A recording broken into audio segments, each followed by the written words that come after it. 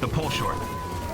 A pole shortener is the starting point for many redstone creations. You can use it to control how long a door stays open or how many arrows are fired from a dispenser. Power trap door.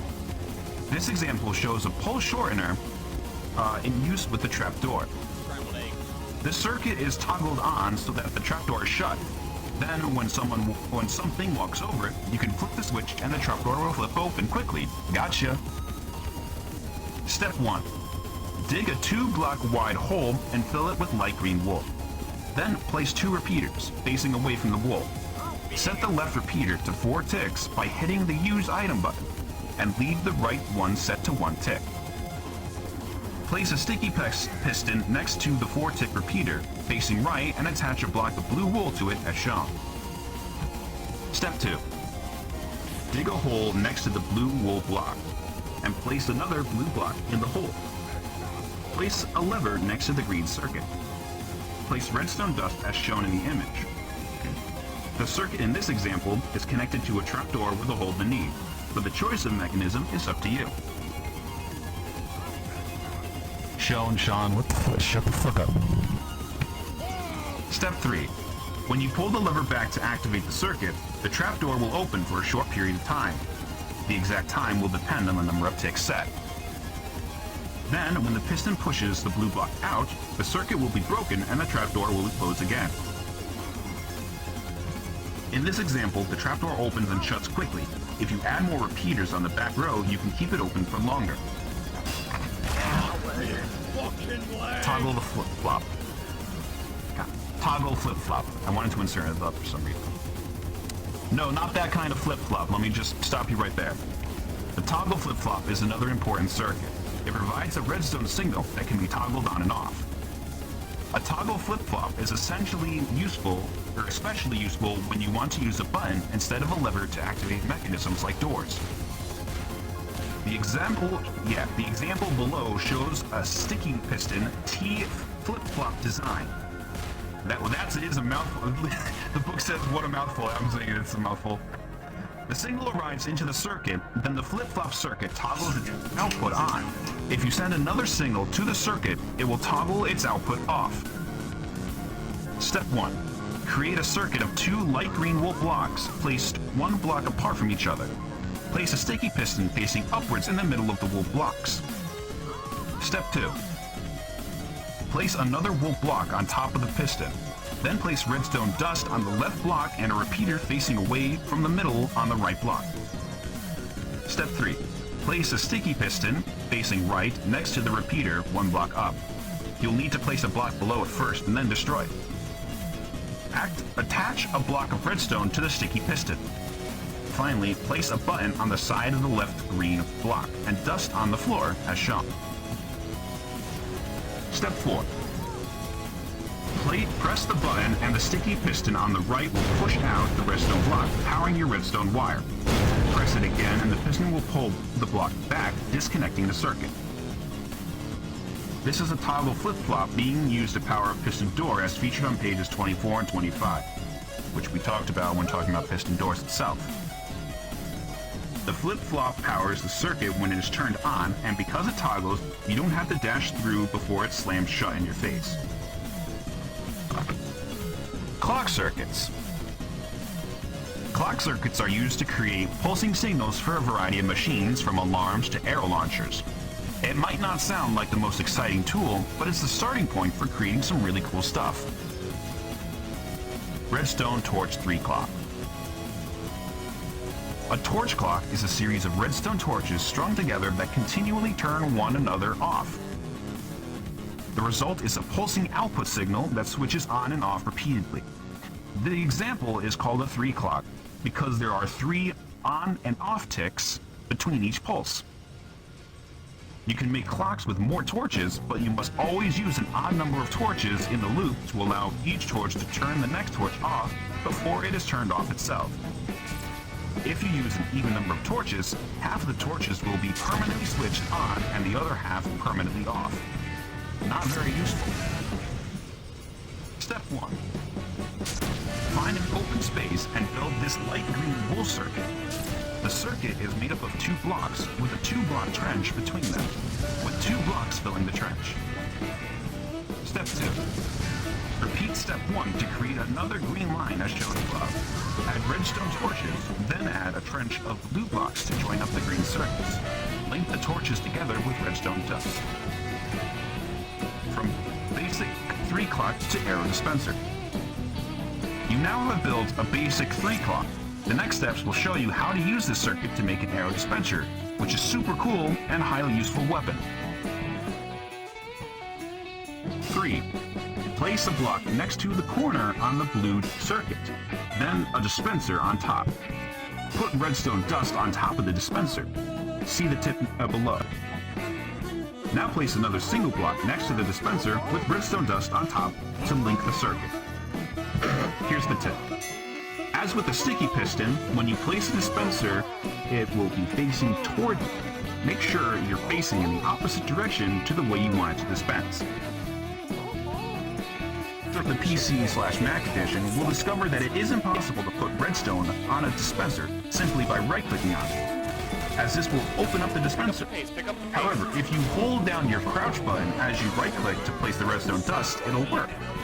However, this won't work if you're flying. Step 4. Place a lever on the side of one of the blue blocks to turn the circuit on and off, fill the dispenser with arrows, hit the lever, and let them fly. Go in. Clock circuits continue. Repeater clock. Now let's go. Let's go. A repeater clock is made of 2 repeaters passing a signal around in a consistent loop. Thank you. That's all I wanted. To prevent the repeaters simply powering each other on, it is started by a 1-tick signal from a pulse shortener, which ensures the repeaters are only on for 1 tick before turning off again. They pass the signal around in a loop while continually turning on and off, which means your arrow dispenser will now pack some serious firepower. Enemies better beware. Step 1. Find a clear space and place 4 blue blocks in a square, with another block to the side. This last block will be the extension that you need for looping. Step 2. Place 2 repeaters on top of the blue wool facing in different directions, and a line of redstone from the top repeater. Now add the green circuit above with the repeater facing left, a sticky piston facing up with a block on top, and finally a block with redstone on top next to that. Step 3. To add the toggle, create the floating pink circuit next to the highest green block. Place a sticky piston facing left toward the repeaters, a block on the back with a lever on top, and a block in front. Step 4. Add a staircase of blocks in front of the 2 repeaters. Place a dispenser on top and add redstone dust as before. This completes the circuit. Step 5. Add plenty of arrows to your dispenser. Pull the lever and the arrows will shoot out incredibly fast. This one is guaranteed to scare your enemies away. Oh, lagging? How am I lagging? No, you're not. Yeah, you're fine. Okay. It must be you that's lagging. My mic is cutting? Well, chicken, you're just weird. Alright, we're now in the section of the redstone challenges. Get ready to try your first redstone challenges. Deluxe lighting system. This seriously cool lighting system doesn't just turn your lights on and off, it physically moves the light source in and out of the room as a block swapper. A challenging build, but great fun and well worth the effort. Difficulty 1 out of 3. Construction materials needed: 5 green wool, 1 glowstone, 1 sticky piston, 14 redstone dust, 24 oak wood, 2 regular pistons, 2 redstone repeaters, 5 redstone torches, and 1 button. Step 1. Clear a space above your selected room. It will need to be at least 5 by 3 blocks. The light will sit flush with the ceiling, so you won't have to change the way the ceiling looks. You'll just need to make a hole in the ceiling where you would like the glowstone light to appear when you turn the switch on. Step 2. Place 3 green wool blocks in a row just behind your hole. Then add an extra block at a diagonal at each end. And it doesn't mean diagonal like 1 out and 1 away. It's just like still in the same line as the green wool, but just raised up by 1. Step 3. Add a redstone torch on top of the central green wool block and place 2 repeaters on either side of this torch. They should be pointing away from the torch and directed into the 2 blocks at either end. Now add a redstone torch to the side of these 2 blocks, not on top, on the side. Step 4. Place a regular piston directly below the redstone torch on the left so that it faces the hole in the ceiling. Then add a sticky piston 1 block above the ceiling, facing down toward the hole, so that the blocks can slide past it before being pushed into the roof. This can be tricky to place, so place 3 blocks above the hole, then remove the lowest 2. Jump down into the hole, look upward, and place your sticky piston on the underside of the green wool. Step 5. Add a regular ceiling material block to the right of the sticky piston. Then fill the hole in the ceiling with a glowstone block, ensuring it touches the sticky piston face. Then add 1 more piston forward or facing toward the regular ceiling material block. Hold on a second. One just for 6. Books all day. It's great. I know, right? Step 6. Decide where you'd like the on-off switch to sit inside your room and place either a lever or button there. Excuse me. Remember to connect your lever/button to the main circuit. Try this vertical torch circuit to save on resources. And that's it. Alright, next challenge. No, that's not the entire book. Like, I'm going into the next challenge. Good. Classic Jeb door. After this book, can Despite I its try name, and... the Jeb door wasn't actually created by Jeb himself. Jeb, or Jens Bergsten, is a lead developer of Minecraft, and he discovered this design on the internet where pistons first went live in-game. The design has changed dramatically over time, but the basic idea is still the same. The door is hidden from view when closed and sits flush with the wall. When activated, it slides across to reveal a secret passageway. Difficulty 2 out of 3. Construction materials needed. 9 blue wool blocks, 12 sticky pistons, 16 redstone dust, 2 repeaters, 1 lever, 8 carved stone blocks, and 4 regular stone blocks. Step 1. Find a location for your door. This example uses a cliff, inside which you will create a hidden room. Now decide how you would like to open the door. There are several options, but the simplest way is to use a lever hidden nearby and connected to the door. Step 2. Place the lever at your chosen location. For the door itself, you will need to make an area 6 blocks wide, 4 high, and at least 3 blocks deep. If you can make your space deeper, you'll find it easier to install your door. Step 3. Establish the center of your space and create a 2x4 block pathway down the middle using stone brick. Place 4 sticky pistons on each side of your space in 2x2 formation, as shown above, with 4 blocks of space in between the pistons on each side. These pistons will slide the door aside once it's pulled back from the wall. Step 4. The map's about to end this round. Oh yeah, that's fine. I'll just continue reading when we get to the next map. Oh, nice. Step 4. Now place 2 more sticky pistons on each side. They should be facing out toward the front of the clear area and stacked on top of each other. Place a block in front of each of these pistons. Make sure these pistons are the same material as the wall, smooth stone in this case. Step 5. Place the blue wool blocks above each piston. And place 2 more in the middle. Then place a repeater on each side facing outwards. Usually placed above the sticky pistons that you placed in front of the base sticky pistons. Make sure that they are set to a 2, 3, or 4 tick delay. 1 tick won't work. Place redstone dust on top of the remaining blocks to connect the pistons together. Step 6.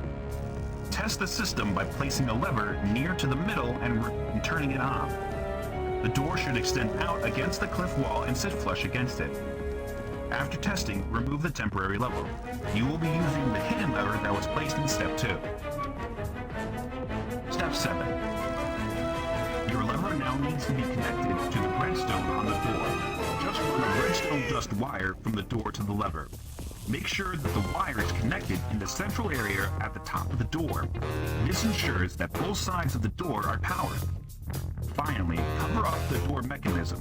You can then build a room, a base, or anything else you'd like behind your very own secret entrance. Time for the next challenge. Lava Pit Trap. This trap is difficult to spot, reacts extremely quickly, and is almost impossible to escape from. It works by pulling the floor out from beneath the player when they open up your trap chest, then it drops them into a pool of lava. Ouch. Did you know? A trap chest is a chest that emits a redstone signal from all sides when opened, and is a great anti-theft device. Difficulty 2 out of 3. Construction materials needed. 1 trap chest. 30 carved stone blocks. 6 blue wool. 6 sticky pistons. 8 redstone dust. 2 redstone torches. And 6 buckets of lava. A single trap chest can be crafted from a chest and a trapwire hook placed next to each other in a crafting table. You can also place 2 trap chests together to make a large trap chest. This will make for an even better cover-up for your traps. Step 1. This trap needs a small hill, or small hall, below which the pit will be hidden. Dig your hole at least 5 blocks long, 2 wide, and 3 tall. Dig your lava pit. It should be 3 by 2 blocks and 3 blocks deep. Add a large trapped chest to the end of the corridor. It will need to sit on 2 blocks. At this point, you'll need to temporarily destroy the walls of the corridor to build the redstone mechanics. To create the sliding floor, place 3 sticky pistons on each side of the pit as shown. Step 3. Oh, this is an actual book that I'm reading right now. Step 3. Now put blocks in front of the pistons. These will be the floor of the hall. In this example, we've used stone brick to help blend the trap into its surroundings. Place a blue wool block above each sticky piston, and then run redstone along the tops. This will power all the pistons on each side so they slide out simultaneously. Step 4. To connect the chest, dig down 1 block on either side of it so that you can see the blocks on which the chest is sitting. You now need to place redstone torches on the sides of the blocks that the chest is on. Step 5. Hide the torches with stone blocks. The torches will power them, and the floor will slide back into place. To connect that power to the pistons, place a block of wool next to the stone block and put redstone dust on top of both of them, on both sides. Step 6. Test your trap by standing in the hall and opening the chest. You should fall into the pit. Step 7. Finally, fill the pit with lava and build up the walls of the hall to hide the redstone. The next person that tries to steal your stuff is going to be in for quite a scorching surprise. Time for the next challenge.